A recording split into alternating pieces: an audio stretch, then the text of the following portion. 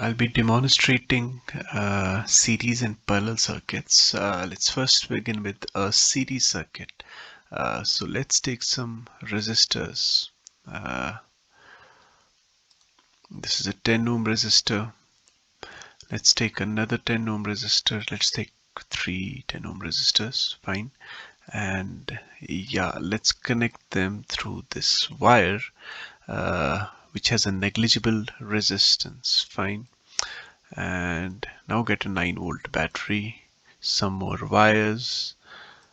I've never used a switch. Let's use a switch this time. When this is closed, when the switch is closed, the resistance is 0, but when it's open, the resistance is infinite. Indirectly, that means that the switch is off. That's what it means. Okay, so this is a 9-volt battery. I'll be connecting them using this final wire. Fine. I'm not really good at geometry, but yeah, I think this is as clean as I can get. Okay, so press this plug, switch on the battery, and here we go. The electric current is starting to flow. If you notice, these are the electrons flowing in the circuit. So this is actually the electronic current.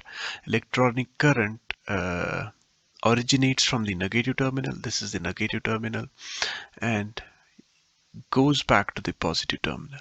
While as the conventional current flows on the opposite side. The conventional current flows from the positive terminal towards the negative terminal. Fine. I think we should put it this way.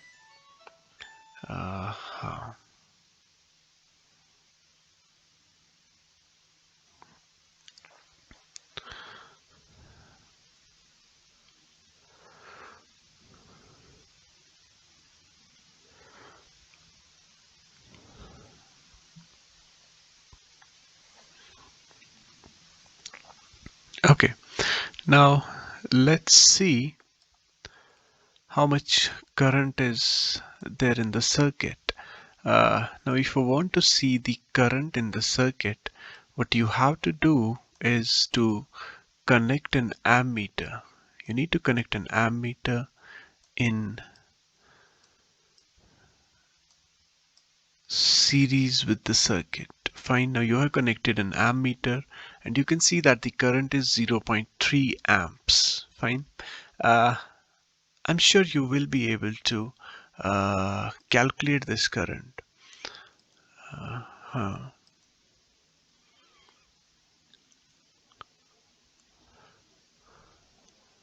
But in case you aren't, let's see.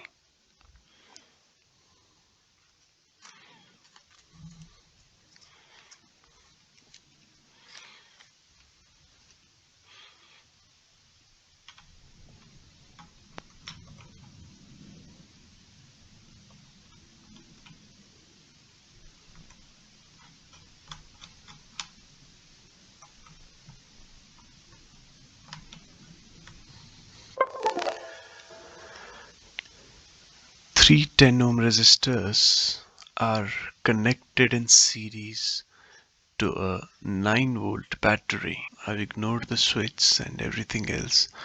So 10 ohm resistors, and there's an ammeter here. It shows a reading of 0.3 amps. Now let's see how that works out. We know that resistance in series is the algebraic sum of the individual resistors. So that is 10 plus 10 plus 10, that is 30 ohms.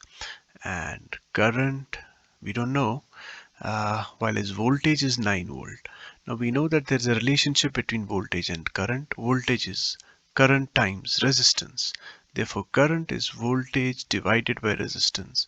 Now voltage is how much? 9 volts, and current is resistance is 30 ohms. 3 upon 10. What's 3 divided by 10? That's right. That's 0.3 amps. Okay, so I hope this is pretty much clear. Okay, coming back to our simulation.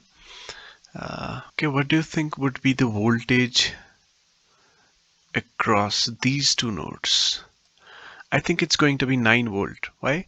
Because there isn't anything, any resistor between this point, and this is a 9 volt battery, and there isn't a resistor that may cause a voltage drop. So yeah, you can see the voltage is exactly 9 volt. Fine. Okay, now we have assumed that this ammeter, it has zero resistance.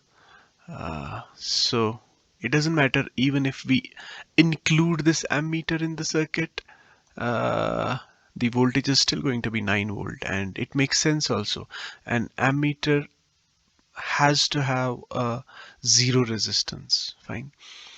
Uh, let's put the uh, voltmeter at this point. Now, between this point and this point, there is this 10 ohm resistor, which is responsible for this voltage drop, exactly a drop of 3 volt.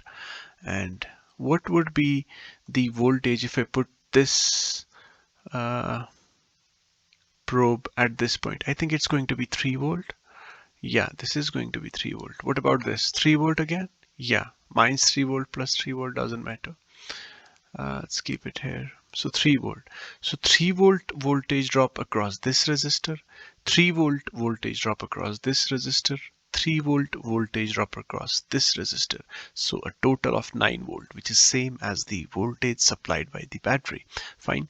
Okay, so sum of the voltages is equal to the total voltage supplied by the battery. In real scenario, this is not the case.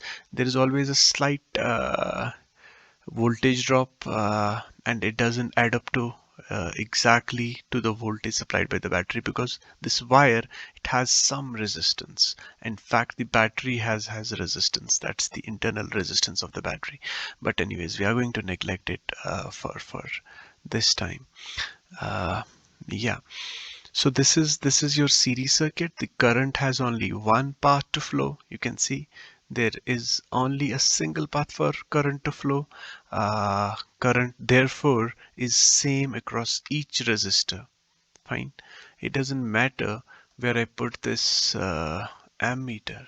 Doesn't matter at all. Let's put the ammeter here.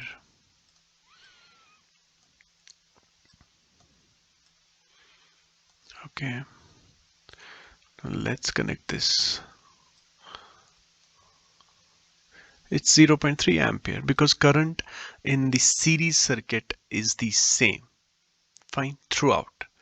If you want to try, if you want to be sure, let's connect the ammeter here. Okay, we need a wire. Okay, 0.3 ampere. So it doesn't matter where you put this ammeter, the current is still going to be 0.3 ampere because current in a series circuit is the same. Fine. Okay, current doesn't change. Charge flowing across each resistor is same. Fine. There is a single path for the current to flow. And what else? There is voltage drop. Voltage across each resistor is different. Fine. Okay, so this is your series circuit.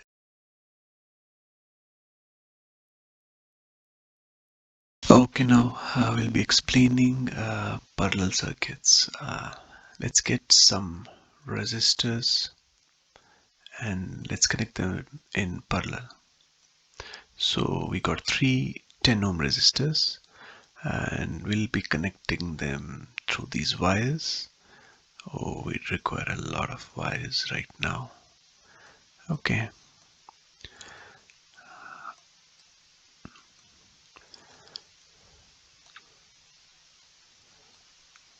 Okay.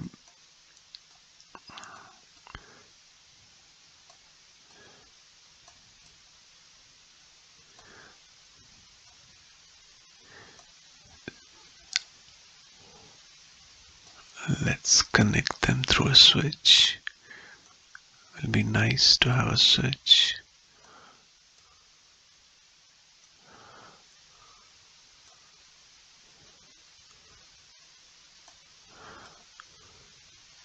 Okay, here we go. Now, as soon as I turn the switch on, the current is going to flow, and it's going to flow from the electronic current is going to flow from negative terminal to the positive terminal, and the conventional current, the direction of the conventional current will be opposite from the positive to the negative. I'll be demonstrating both. So ready, go. So you can see that the electrons are flowing from the negative terminal and entering into the positive terminal. At this junction, at this node, you can observe one thing.